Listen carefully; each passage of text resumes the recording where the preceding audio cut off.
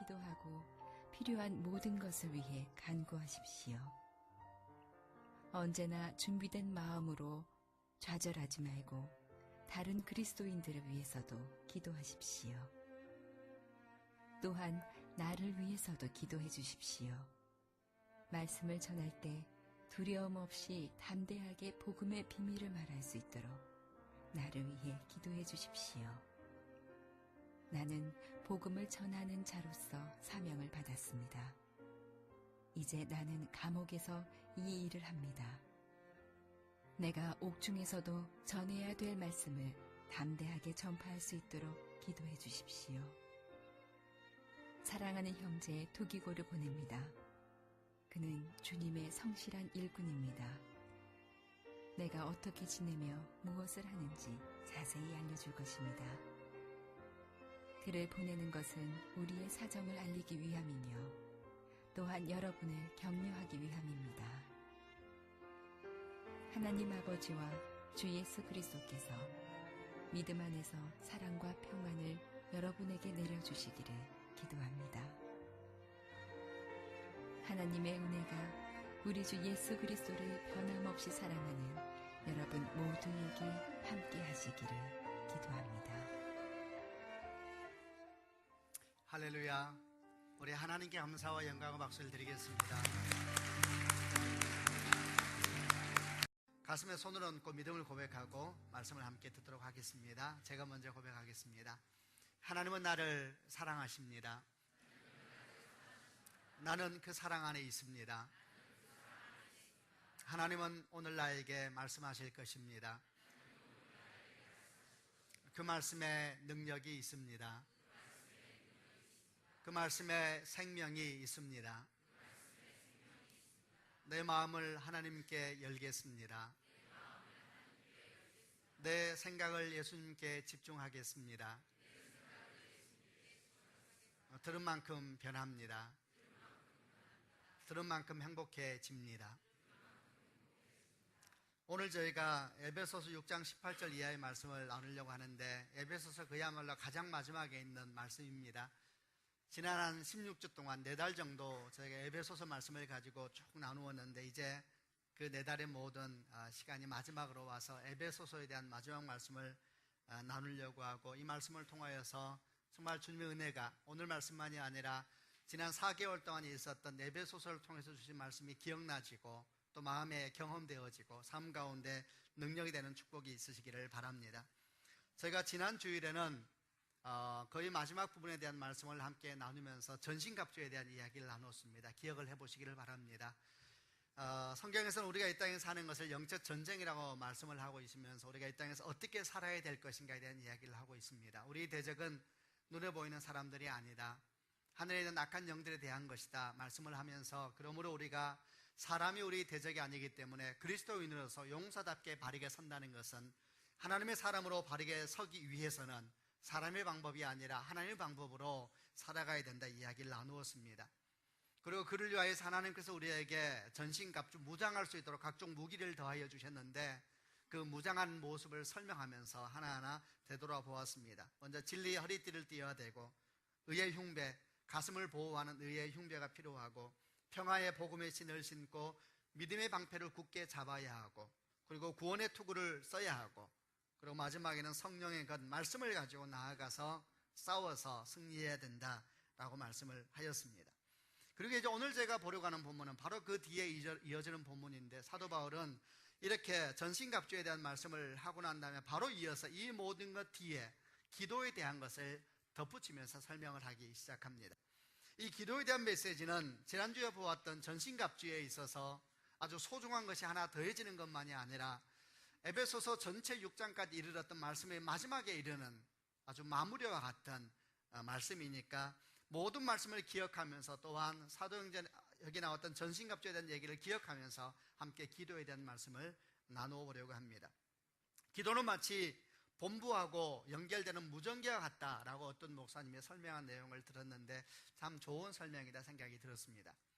우리가 용사가 되어서 한 사람 한 사람이 전신무장을 하고 나가서 싸운다 할지라도 그 사람이 만약에 단독자로 싸운다면 결코 이기지 못할 것입니다. 하나님께서는 교회를 주시고 군대가 되게 하셨을 뿐만 아니라 우리 주 예수께서 그 군대의 대장이 되게 하셔서 함께 나가서 싸우게 하셨으니까 한 사람 한 사람이 강한 것이 아니라 함께 할 때 강해지는 것이고, 그리고 그 함께한 사람들이 우리 주님과 연결되어져서 하늘과 연결되어져서 전쟁에 임할 때에 우리가 승리할 수 있는 것입니다. 그런 면에 있어서 무전기와 같은 기도는 너무나 소중한 것이지요. 그 무전기와 같은 기도를 가지고 있음으로 말미암아 용사와 용사가 서로 연결되어지고 군대와 군대가 서로 연결되어져서 하늘과 땅이 연결되어지는 사건이 생기는 것이니까 오늘 저희가 함께 나누려고 하는 기도야말로 믿음의 사람이 어떻게 살아야 될 것인가의 소중한 가르침이고, 또 용사로서 어떻게 살아야 될 것인가에 대한 소중한 가르침입니다. 그런데 이런 말씀은 에베소 오늘 보는 본문에만 나온 것이 아니라 구약 성경에서도 우리의 전쟁에 있어서 소중한 것이 무엇인가에 대해 설명할 때에 몇 가지 비유로 잘 나타나고 있는데, 그 중에 하나가 출애굽 17장에 있는 한 전쟁에 대한 기사에서 볼 수가 있습니다. 출애굽 17장 11절과 12절 말씀을 자막을 보면서 같이 한번 읽어보겠습니다. 읽겠습니다. 모세가 팔을 치켜들고 있는 동안에는 이스라엘 백성이 싸움에서 이겼지만 모세가 팔을 내리면 아말렉 사람들이 이겼습니다. 그러던 중 모세가 지쳐서 팔을 들 수 없게 되었습니다. 이때 사람들이 큰 돌을 가져다가 그 위에 모세를 앉혔습니다. 그리고 아론과 훌은 모세의 팔을 붙들어 올렸습니다. 아론은 모세의 한쪽에, 홀은 다른 쪽에 서 있었습니다. 그들은 해가 질 때까지 그렇게 모세의 팔을 붙들고 있었습니다. 상황은 이렇습니다. 모세와 함께 이스라엘 백성들이 출애굽하고 난 다음에 광야를 지나가고 약속의 땅을 가는데 아주 강한 민족이 그들 앞을 가로막았습니다. 아말렉이라는 민족이었습니다. 전쟁이 일어났습니다. 전쟁의 장수는 여호수아였습니다. 여호수아가 앞에 나가서 완전 무장을 하고 또 수많은 이스라엘 사람들이 군대를 이루면서 나가 싸우고 있는데, 그런 전쟁이 한가운데서 그 전쟁터에는 있지 아니하지만 그 멀리서 전쟁을 바라보고 있는 한 무리에 대한 기록이 자세하게 나와 있는데, 그 무리가 모세와 아론과 훌이라고 설명되어지는 사람들에 대한 기사가 나옵니다. 그들은 전쟁의 한가운데 있지 않았지만 그 전쟁 일어나고 있는 장소를 내려다보면서 간절히 기도하고 있는, 산 위에 있는 그런 기도하고 있는 사람으로 나타납니다. 모세가 두 손을 들고 전쟁에 있는 모습을 보면서 열심히 손을 들고 기도하면은 신기하게도 그가 손을 들고 기도하면 이스라엘이 힘을 얻었습니다. 그리고 아말렉 사람을 이기고 용사와 함께 나가서 싸우고 있는데, 손을 한참 들고 기도하다 힘이 들면 손이 내려오면 또 신기하게도 손이 내려오면 대적들이 힘을 얻기 시작합니다. 아말렉 군대가 힘을 얻어서 이스라엘 용사들이 후퇴하기 시작하고 죽기 시작하고 낙심하기 시작하는 모습을 보면서 다시 또 힘을 내서 모세가 또 손을 올리면 정말 또 신기하게도 이스라엘 백성들이 힘을 얻어서 용사답게 싸우는 것이 반복되었습니다. 그런데 일이 반복되다 보니까 이 팔에 힘이 없어지게 되니까 더 이상 팔을 올릴 수가 없게 되었습니다. 그래서 옆에 있는 아론과 훌이 보니까 참 신기하거든요. 아, 그렇구나. 모세의 손이 높이 올라가면 전쟁에 승리하는 것이고 모세의 손이 땅으로 떨어지게 되면 전쟁을 패할 수가 있겠구나 생각하게 되어져서 이들이 어떻게 행동을 하냐 하면 옆에서 큰 돌을 가져와서 모세에게 그 돌에 앉게 합니다. 그리고 한쪽에는 아론이 팔을 올리고 한쪽에는 훌이 팔을 올리면서 두 사람이 팔을 들고 계속 이렇게 버티고 있으니까 마침내 그 전쟁이 이스라엘 사람들이 힘을 내서 용사가 되어서 승리하게 되었습니다. 이 모든 전쟁이 끝나고 난 다음에 주님께서 모세에게 이렇게 말씀을 하셨습니다. 이 싸움에 관한 일을 책에 써서 사람들이 잊지 않도록 하여라. 분명히 주님께서 그렇게 말씀을 하고 있습니다.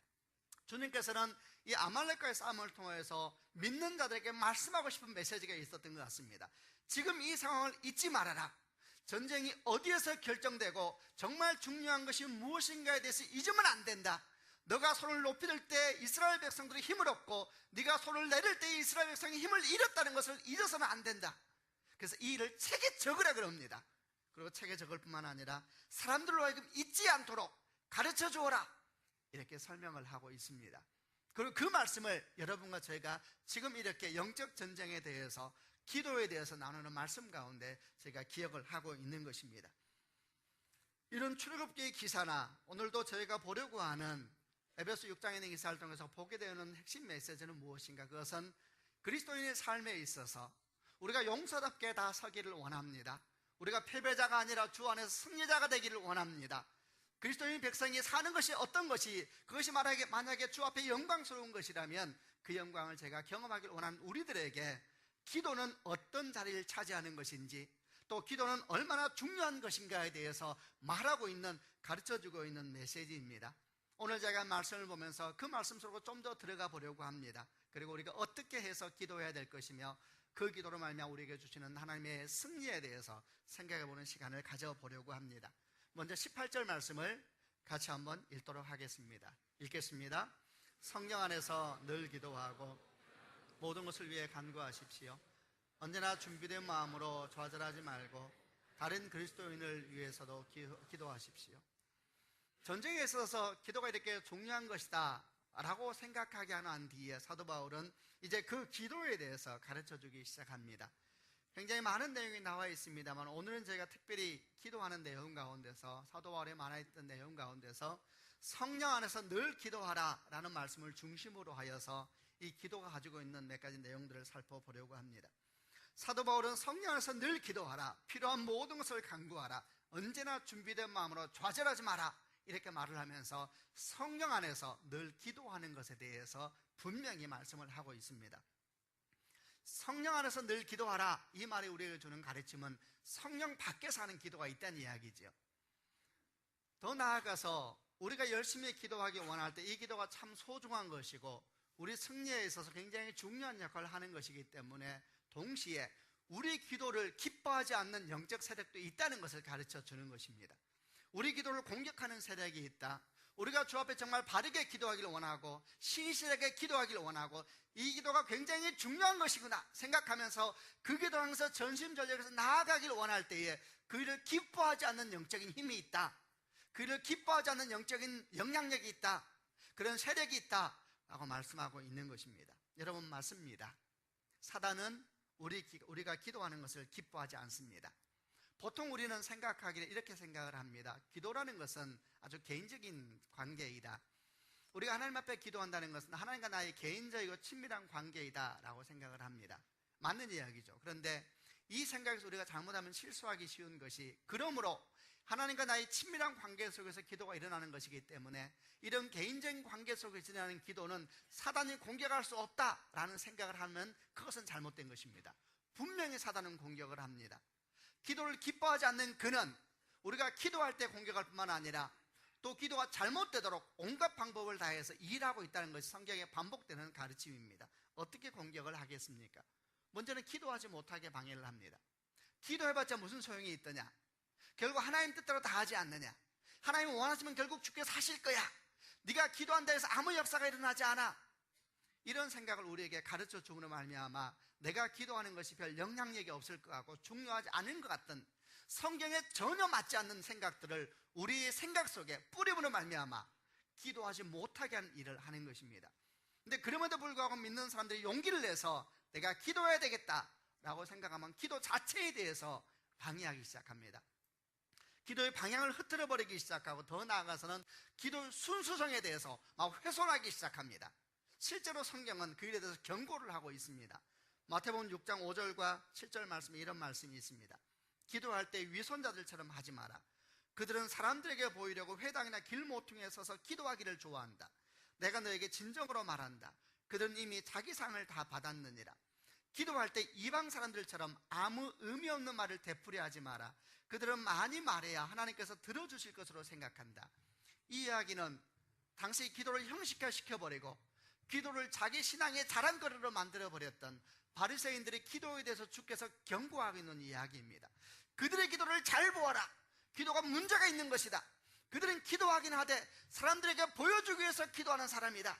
그들은 마치 그들의 기도가 굉장히 놀랍다는 걸 사람들이 알아주길 원하는 마음으로 기도하는 사람들이다. 그런 기도를 본받으면 안 된다. 그 기도는 이미 자기 상을 받았다. 다시 말하면 그 기도는 주님께서 들으시는 기도가 아니다. 이렇게 말하고 있는 것입니다. 신기하지 않습니까? 기도라는 것을 하고 있는데 어떻게 해서 그 기도가 주께서 기뻐하지 않는 기도가 생기는 것일까요? 이렇게 기도에 대해서 말씀하면서 기도 자체가 하나님 앞에 머무는 참으로 겸손하고 신기한 영적인 사건임에도 불구하고 이렇게 기도가 방해받기 시작하면, 기도의 순수성이 훼손되기 시작하면 참으로 신기한 결과가 생기기 시작합니다. 하나님 앞에 나아가 기도하는데 신기하게 하나님께서 기뻐하신 열매가 맺히는 것이 아니라 하나님께서 기뻐하지 않는 열매가 막 맺히기 시작합니다.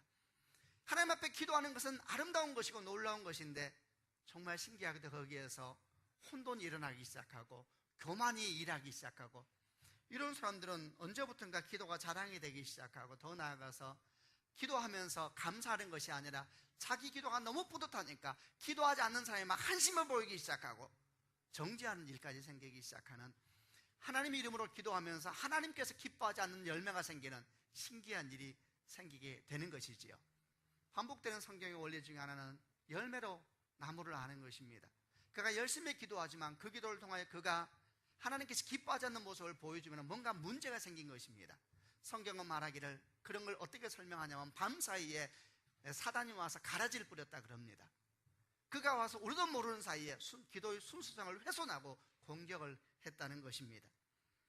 이런 얘기를 생각하면서 우리는 다시 사도 바울의 말씀을 생각해야 됩니다. 성령 안에서 기도하라. 기도를 보호해라. 기도를 열심히 해야 될 뿐만 아니라 그 기도가 공격받는다는 사실을 깨어 있어야 한다. 아주 소중한 일이기 때문에 이 소중함을 기억해야 된다. 이렇게 말씀하고 있는 겁니다. 성령 안에서 기도한다는 것은 도대체 무슨 뜻일까? 어떻게 하는 것이 성령 안에서 기도하는 것일까? 우선 이런 상상을 해보시기를 바랍니다. 성령은 권능이십니다. 성령은 도움이십니다. 성령은 인격이십니다. 성령 안에서 기도하는 모습을 먼저 상상할 때에 그분이 두 손을 펼치고 강한 권능으로 무릎을 꿇고 기도한 우리를 덮고 있는 모습을 상상하시길 바랍니다. 그리고 그 무릎 꿇고 앉아있는 그 사람이 이렇게 기도를 하는 것입니다. 주님, 제가 주님의 이름으로 주 앞에 기도합니다. 성령님, 저희 기도를 보호하여 주시옵소서. 주여, 제가 입을 열어 주께 간절히 구합니다. 저희 기도를 보호하여 주옵소서. 기도의 방향을 가르쳐 주시옵소서. 제 기도가 땅에 떨어지지 않게 하여 주옵소서. 아버지 하나님, 역사하여 주옵소서. 성령께서 자기 마음에 들어오시도록 마음을 활짝 열면서 기도하는 모습을 상상해 보시길 바랍니다. 여러분, 그것이 성령 안에서 기도하는 사람의 모습입니다. 그는 하나님의 도움이 없이는 기도할 수 없다는 걸 알고 있는 사람입니다. 그의 간절함은 성령이 임하셔야만 된다는 간절함이 있습니다. 그래서 입을 열어 선포하는 것입니다. 말은 몹시 중요한 것입니다. 마음을 열어서 주님을 환영하는 것입니다. 입을 열고 마음을 열어서 주의 오심을 선포하고, 주님, 제 마음에서 주께 마음껏 역사하셔도 됩니다. 제 인생을 주관하셔도 됩니다. 주님은 하실 자격이 있으십니다. 내 인생을 차지하셔도 됩니다. 이렇게 마음을 열고 기도할 때에 성령 안에서 기도하는 사람의 모습이 시작되는 것입니다. 그렇게 기도하면서 이제 구체적으로 어떤 마음을 가져야 되고 어떤 행동을 해야 되는가, 첫 번째 기억할 것은, 성령 안에서 기도한다는 것은 성령께서는 우리 기도를 도우시는 분이시다 라는 것을 항상 기억하면서 기도해야 되는 겁니다. 로마서 8장 26절과 27절 말씀 두 절입니다. 같이 한번 읽도록 하겠습니다. 시작. 이처럼 성령께서는 우리의 약함을 도와주십니다. 우리가 무엇을 기도해야 할지도 모르지만 성령께서는 말로 다 표현할 수 없는 간절함으로 우리를 위해 중보기도를 하십니다. 사람의 마음을 꿰뚫어 보시는 하나님께서는 성령의 생각이 무엇인지를 아십니다. 그것은 성령께서 하나님의 뜻을 따라 성도들을 위해 중보기도를 하시기 때문입니다. 성령께서 우리의 약함을 도우십니다. 우리는 무엇을 기도해야 할지를 모르지만 성령께서는 말로 다 표현할 수 없는 간절함으로 우리를 위해서 중보기도를 하십니다. 성경은 단언하고 있습니다. 분명히 기록하고 있습니다. 애매하게 말하지 않고 설명이 필요한 단어를 쓰지 않고 분명한 언어로 설명하시기를, 우리는 무엇을 기도해야 될지 모릅니다, 이렇게 말하고 있습니다. 여러분, 우리는 인정을 해야 됩니다. 우리는 무엇을 기도해야 될지도 모르는 사람입니다. 우리는 사실 기도할 능력이 없는 사람입니다. 우리는 사실 입을 열 자격도 없는 사람들입니다. 주님이 그걸 너무 잘 아신다고 성경은 말하고 있습니다. 우리는 무엇을 기도해야 될지 모르는 사람입니다. 근데 중요한 사실은 우리가 그렇다는 것을 하나님도 알고 계시다는 것입니다. 그러므로 여러분, 우리가 기도를 무엇을 해야 될지 모른다는 사실, 그 일이 우리가 기도를 하지 말아야 되는 이유가 될 수가 없다는 것입니다. 왜냐하면 성령께서 그렇게 기도할지 모르는 우리를 위해 지금 열심히 기도하고 있으시기 때문에 우리는 그렇게 말하면 안 된다는 것입니다. 여러분, 성령께서 무엇을 기도하실까요? 특별히 오늘 기도에 대해서 묵상을 해보면 성령께서 분명히 우리를 위해서 기도하시는데 무엇을 위해서 기도하고 계실까? 지금도 기도하실 거예요. 특별히 기도에 대해서 말씀하면 우리의 기도를 위해서 열심히 그분이 기도를 하세요. 주님, 제가 저들을 위하여 기도합니다. 저들의 기도를 잘 못한다는 이유로 기도를 멈추지 않게 하여 주옵소서. 주여, 제가 저들을 위하여 기도합니다. 저들이 그럼에도 불구하고 담대하게 기도하게 하여 주옵소서.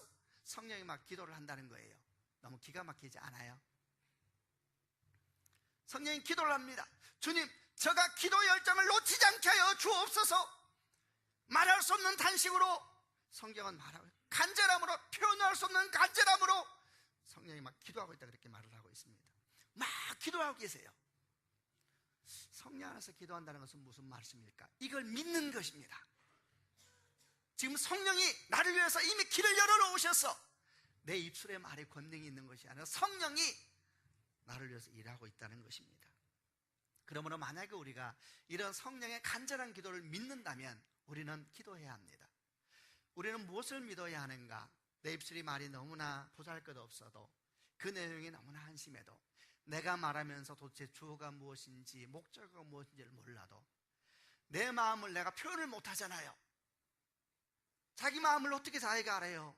하나님은 아신다 그랬어요. 너무 기막히죠. 우리는 우리가 뭘 구해야 할지 모르지만 그 자체를 인정하면서 앞에 나아가는 거예요. 그리고 말도 안 되는 얘기를 입으로 열기 시작하는 거예요. 앞뒤도 없이 아프다고 말하는 거예요. 앞뒤도 없이 그냥 힘들다고 말하는 거예요. 그럼 어떤 일이 생기는지 아세요? 성령은 기다리고 계세요. 말할 수 없는 탄식으로 기도하신 성령께서 우리가 말도 안 되는 얘기를 내뱉는 순간 어떻게 하시냐면 즉시 두 손으로 그 기도를 꼭 안으세요. 그리고 주의 보좌 앞에 그 기도를 올려드리는 것입니다. 계시록 8장 말씀은 이렇게 기록하고 있습니다. 다른 천사 하나 제단 앞으로 나와왔습니다. 그 천사는 금향료를 들고 있었습니다. 금향료의 향을 가득 채워 성도들의 기도와 함께 보좌 앞에 금제단에 내려놓았습니다. 성경은 말하길 천사들이 손으로 성도들의 기도를 향의 기도와 함께 주님께 올려드리고 있다고 설명을 하고 있습니다. 얼마나 멋있는 비유입니까? 마치 기도를 향기처럼 천사들이 이렇게 운반해서 하나님께 올리는 것으로 설명을 하고 있으니 이는 분명히 성령께서 하신 일과 긴밀하게 연결되어 있습니다. 성령 안에서 기도한다는 것은 내 입술의 말이 연약하지만 주님께서 내 입술의 언어가 내 발등을 찍는 것 같은 고통스러움이 기도를 할지라도 내가 입으로 내뱉는 순간 즉시 내 기도를 안으시며 주의 보좌 앞으로 가지고 올라가시는 분이라는 것을 믿고 기도하는 것입니다. 어떤 사람은 이렇게 말합니다. 목사님, 저는 기도에 은사가 없어요. 전 기도 못해요. 어떻게 생각하세요? 기도에 은사가 없어서 기도를 못한대요. 기본적으로 틀린 말입니다. 기도는 은사 이전에 여러분 호흡이고 대화입니다. 여러분 숨 쉴 때 은사가 있어야 숨 쉬어요? 그냥 쉬면 되는 거예요. 숨 쉴 때 배워요? 아니요. 몸에 체질적으로 주께서 주셨어요. 숨 쉬면서 호흡하는 법을 배우는 그런 이제 아나운서라든지 이렇게 그런 걸 업으로 하는 사람이 배우는 것이, 그건 안 해. 우리는 안 해도 돼요. 여러분 부모하고 대화하는데 웅변학원 다닌 사람이 있어요? 웅변학원 갔다 와서 아비여 앉으소서. 제가 배운 것이 있습니다. 여러분 그런 사람은 아무도 없는 것입니다. 어린아이들도 부모와 대화할 수 있습니다. 응어리만으로도 대화가 됩니다.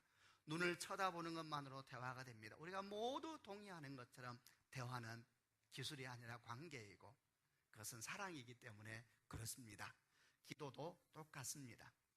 기도의 은사는 도대체 무엇인가? 기도의 은사라는 것은 이렇게 성령 안에서 믿음으로 기도하기 시작할 때 특별히 하나님께서 어떤 사람들에게 기도의 영을 특별히 부으실 때가 있어요.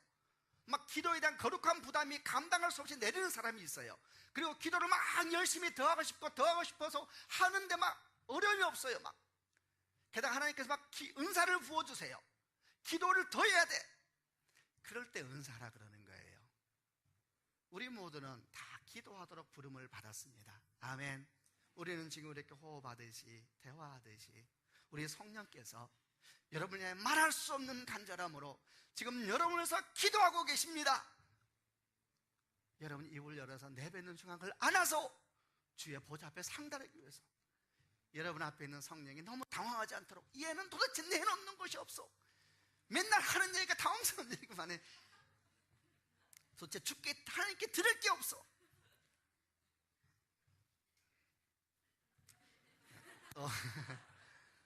또 성령 안에서 기도한다는 것은 무엇인가? 비슷한 이야기인데 성령의 인도를 받으면서 기도한다는 것인데 이 부분을 조금 더 설명을 해보겠습니다. 요한복음 14장 26절 말씀을 읽겠습니다. 시작. 그러나 내 아버지께서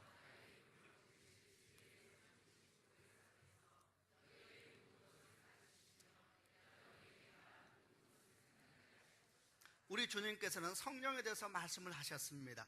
성령은 어떤 일을 하시는가? 내가 너에게 말한 것을 가르쳐 주실 것이다. 내가 너에게 말한 것을 생각나게 하실 것이다. 성령은 말씀을 생각나게 하시고 말씀을 깨닫게 해주시는 영이십니다. 그러므로 성령 안에서 기도할 때 어떤 일이 생기는가? 내 안에서 막 말씀이 막 풀어지기 시작합니다. 말씀이 막 생각나기 시작을 한다는 것입니다. 여러분, 이 일을 믿으시기를 바랍니다. 우리가 막 기도를 하다 보면 기도를 막 열심히 하는데 말씀이 막 생각이 나고 떠올라요. 목사님 자세하게 설명해 보세요. 그냥 떠올라요.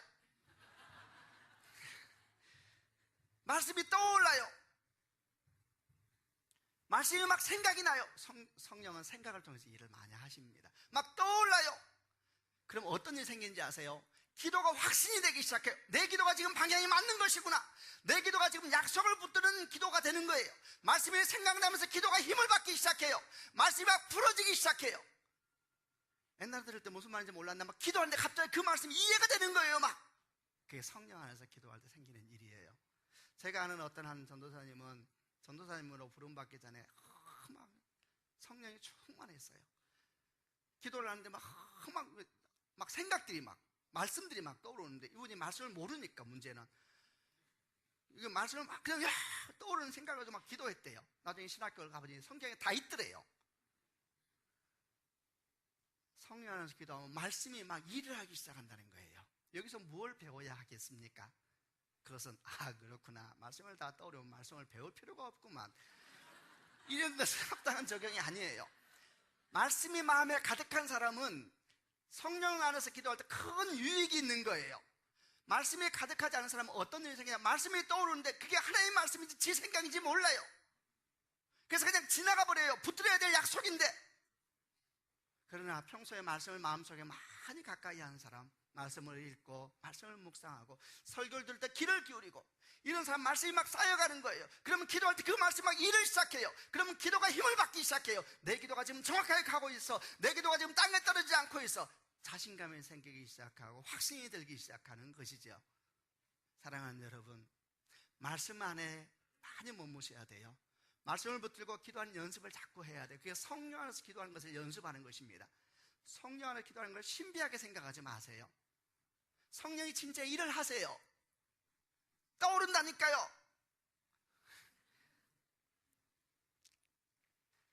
마지막으로 또 성령 안에서 기도한다는 것은 무슨 말일까? 마태복음 18장 19절 20절에 이런 말씀을 하고 있습니다. 마태복음 18장 19절 20절 같이 읽겠습니다. 다시 너희에게 진정으로 말한다. 두 사람이 이 세상에서 마음을 같이하여 무엇을 구하면 하늘에 계신 내 아버지께서 이루어 주실 것이다. 두세 사람이 나의 이름으로 모인 곳에는 나도 이루겠다. 다시 너에게 진정으로 말한다. 너희 가운데 두 사람이 이 세상에서 마음을 같이하여 무엇을 구하면 하늘에 계신 내 아버지께서 이루어 주실 것이다. 또 이런 말씀을 들을 때 두 명만 기도해야 되는구나. 복수 함께 기도하는 말하는 거예요. 두 사람이 세상에서 마음을 같이하여 무엇을 구하면 하늘에 계신 내 아버지가 이루어 주실 것이다. 두세 사람이 내 이름으로 모인 곳에는 나도 그들 중에 있느니라. 합심 기도에 대해서 말하는 것입니다. 여러분, 합심 기도는 사단의 공격을 막아버리는 힘이 있습니다. 함께 마음을 모아 기도할 때는 특별히 언제 좋으냐 하면 마음이 힘들고 지쳤을 때에, 기도가 낙심될 때에, 기도를 열심히 하고 싶은데 기도를 잘 못할 때에는 여러분 같이 기도하는 자리에 있어야 합니다. 무조건 나와야 돼요. 나오면 이미 역사는 시작되는 거예요. 원래 기도에 제일 힘든 것은 기도의 자리에 나오는 게 제일 힘듭니다. 성경에도 보게 되면 어려울 때 함께 기도하는 걸 참 많이 가르쳐주고 있습니다. 사도행전 16장을 보게 되면 바울과 실라가 두아디라라는 곳에 복음을 전하다가 크게 오해를 받고 매질을 당하고 감옥에 갇히게 되었습니다. 얼마나 많이 맞았는데 잠을 이루지 못합니다. 깊은 밤이 되었지만 신음소리밖에 내지 못할 정도로 그들은 잘 수가 없었는데, 깊은 밤에 그 둘은 무엇을 하기로 결정하냐면 함께 기도하고 찬양하기로 결정합니다. 혼자 있으면 못합니다. 그러나 함께 있으면 할 수가 있는 거죠. 그들은 찬양하고 기도를 시작합니다. 그래서 어떤 일이 생겼습니까? 큰 지진이 일어나서 땅에 갈라지고 감옥문이 다 열리고 죄수들을 묶고 있던 모든 사슬들이 다 끊어지고 말았습니다. 함께 기도할 때 일어나는 사건을 설명하고 있는 겁니다.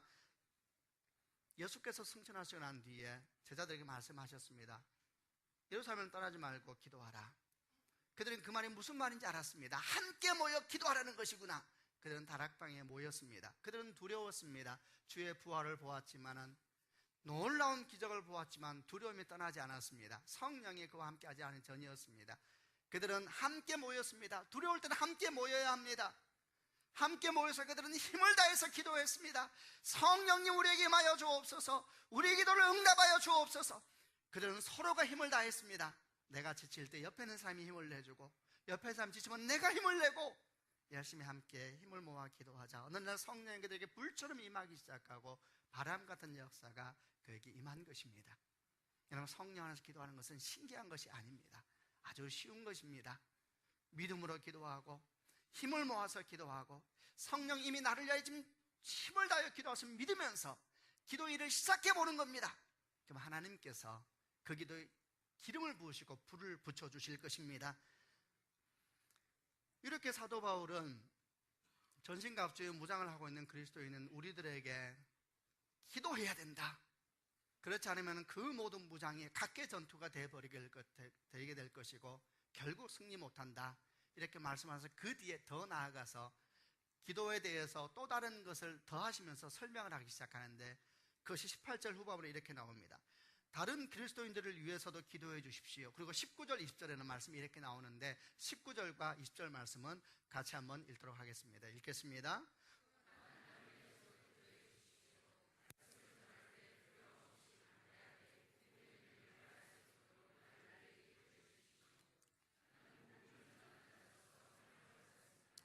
이제 나는 감옥에서 이 일을 합니다. 나는 옥중에서도 전해야 될 말씀을 담대하게 전파할 수 있도록 기도해 주십시오.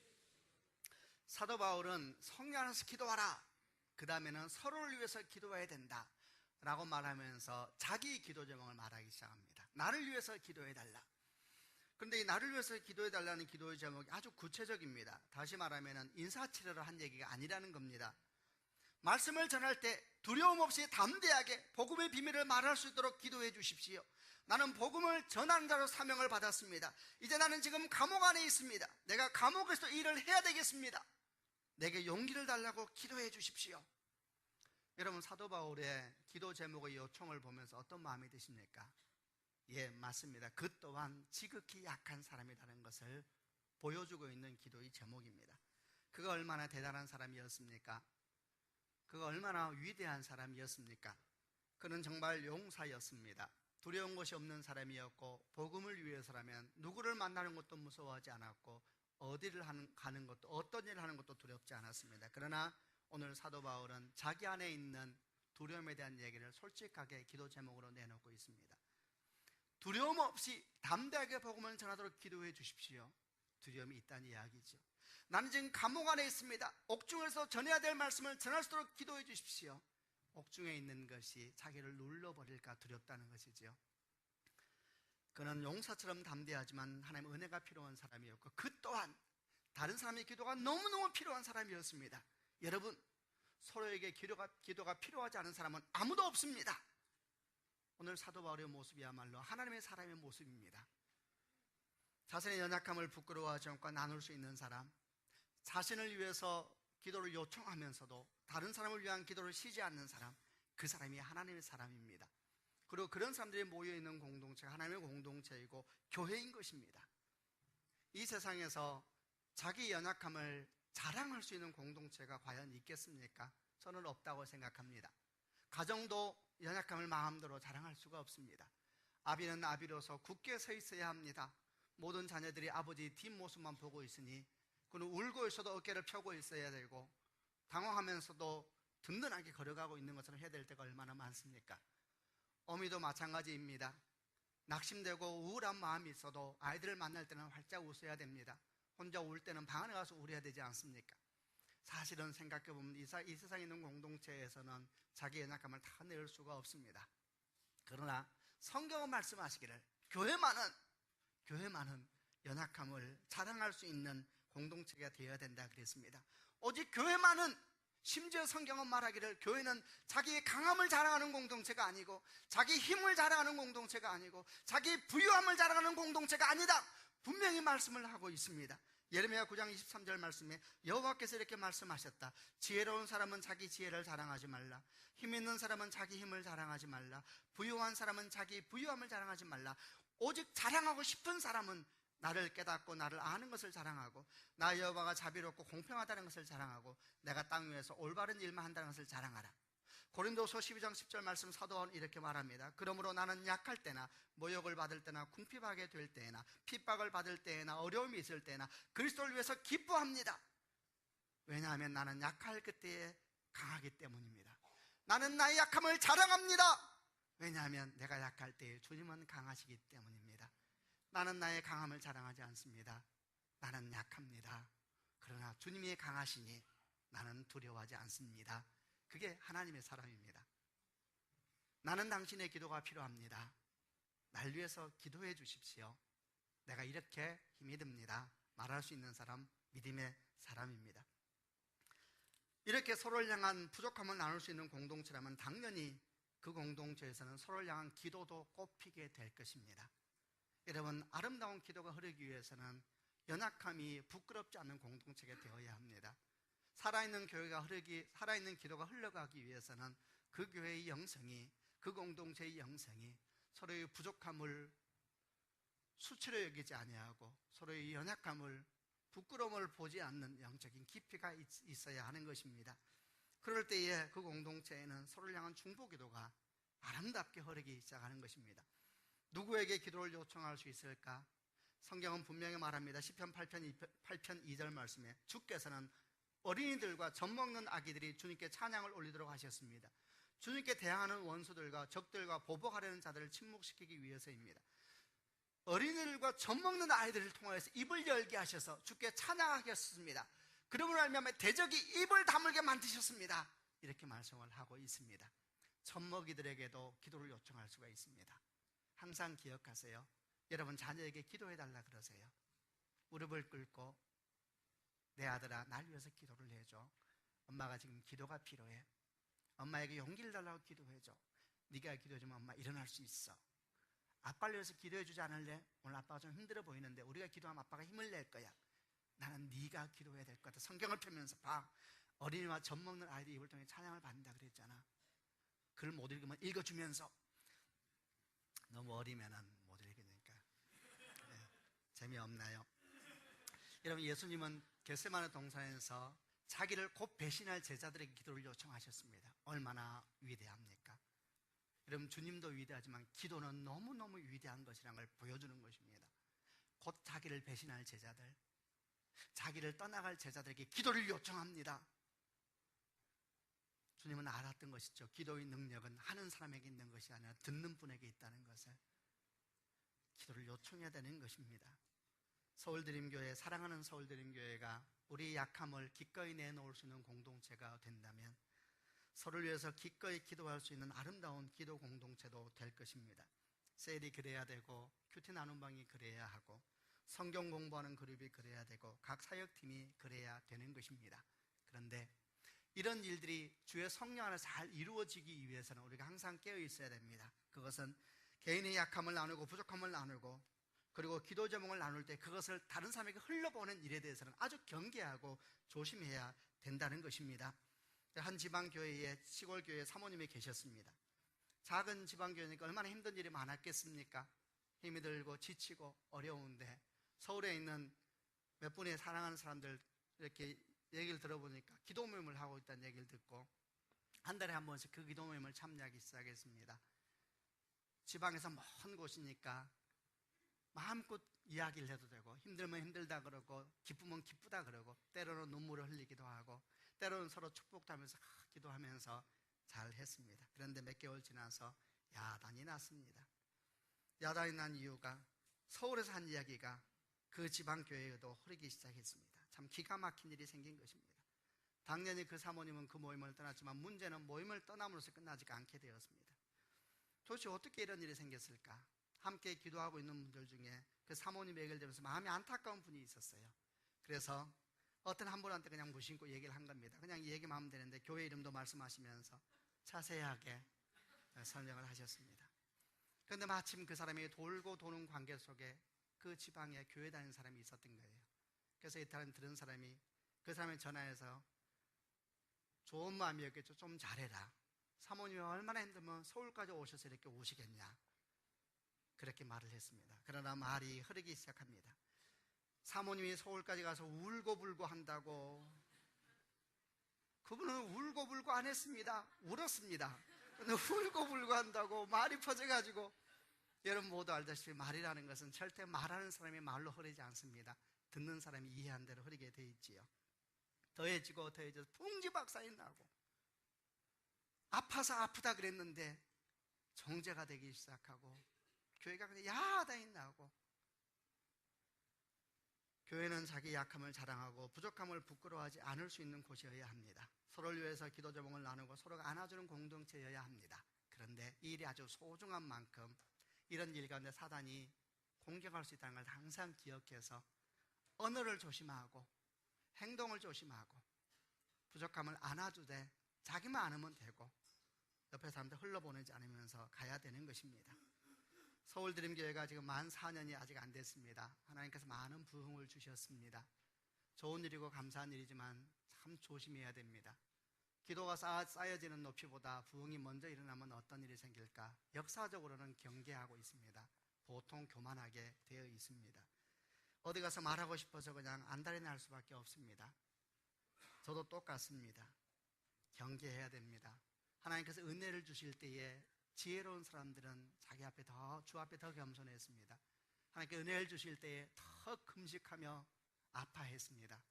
하나님 은혜를 주실 때에 사단이 틈보지 못하도록 더 마음을 모으면서 기도를 했었습니다. 사랑하는 성도 여러분, 우리도 그렇게 해야 합니다. 말씀을 다 마무리하면서 사도 바울이 인사 말씀을 하면서 갑자기 한 사람에 대한 소개를 합니다. 사랑하는 형제 두기고를 보냅니다. 두기고, 이름도 참 신기한 사람이 갑자기 등장을 합니다. 이름에 대해서는 누구한테 얘기할 수 있는 상황은 아니지만 한번 또 이름이 이 두기고라는 사람이 성경에 5번 등장을 해요. 유명한 사람도 아니고. 그런데 사도 바울이 이 사람을 참 사랑했나 봅니다. 사랑하는 형제 두기고를 보냅니다. 그는 신실한 주의 일꾼입니다. 그러면서 뭐라고 하냐면 그가 내가 어떻게 지내는지 무엇을 하는지 자세히 알려줄 것입니다. 그를 보내는 것은 우리 사정을 알려서 여러분이 힘들어하지 않게 하기 위해서입니다. 여러분에게 사랑과 평안을 구합니다. 여러분 보세요. 이렇게 영적 전쟁과 기도에 대한 얘기를 하다 말고 마지막은 뭐로 마무리하느냐? 내가 당신들을 얼마나 사랑하는지를 잊으시면 안 됩니다. 이렇게 말합니다. 얼마나 귀합니까? 여러분 결국 기도는 어디로 모아집니까? 사랑으로 모아지는 것입니다. 사랑이 없이 영적 전쟁만 이야기하고, 사랑이 없이 당당함만 이야기하고, 사랑이 없이 기도만 이야기하면 잘 기억하세요. 그리고 탁 편지를 끝내버렸으면 우리는 너무 당황하는 거예요. 그러나 사도 바울은 그리 끝나지 않습니다. 사랑하는 형제를 보냅니다. 혹시 여러분이 저를 향해서 염려하실까봐 그가 자세히 말해줄 것입니다. 내 사랑과 당신을 향한 마음을 그가 전해줄 것입니다. 주의 평화가 당신과 함께 하시기를 바랍니다. 영적 전쟁은 너무 많이 말을 하고 기도만 너무 말을 하면 사람이 차가워져요. 참 신기하지요. 그러나 사랑이 공동체 흐르기 시작하면 역사가 일어나게 되는 것입니다. 이 모든 일을 마무리하면서 에베소서 모든 말씀을 마무리하면서 사도 바울은 오늘 우리에게 말합니다. 여러분 제가 여러분을 사랑합니다. 하나님의 은혜가 당신과 함께 하시기를 바랍니다. 제가 비록 어렵지만은 주께서 함께 하시니 걱정하지 마십시오. 나는 오히려 당신을 위해서 기도하고 있습니다. 이렇게 사랑의 메시지를 전하고 있습니다. 사랑하는 성도 여러분, 에베소서가 다 끝났습니다. 우리가 주 앞에 다시 서서 이 노 사도의 편지를 기억하시길 바랍니다. 죽음을 목전에 둔 노 사도, 목숨보다 주를 사랑하였던 사도 바울, 그가 온 힘을 다해서 여러분에게, 우리에게 말씀을 전하고 있습니다. 여러분 기도하시기를 바랍니다. 아멘. 깨어있으십시다. 아름다운 교회를 만들어 가십시다. 무엇보다 서로 사랑하십시다. 그러면 주님께서 큰 영광을 받으시고 주의 놀라운 역사가 여러분 가운데, 교회 가운데 일어나게 될 줄로 믿습니다. 기도하겠습니다. 가슴에 손을 얹으시기를 바랍니다. 우리 같이 한번 같이 기도했으면 좋겠는데, 어떤 말씀이 기억나든 오늘 말씀이든 그동안의 에베소서 말씀이든 생각하면서 기도하십시다. 아버지 하나님, 저에게 기름을 부어주시길 원합니다. 용사처럼 서게 하여 주시옵소서. 하나님의 사람답게 살아가게 하여 주시옵소서. 하나님의 말씀이 나에게 그대로 경험되게 하여 주시옵소서. 내가 하나님의 사람이라는 것을 하늘도 알고 땅도 알게 하여 주시옵소서. 같이 한번 통성으로 하나님께 기도하겠습니다.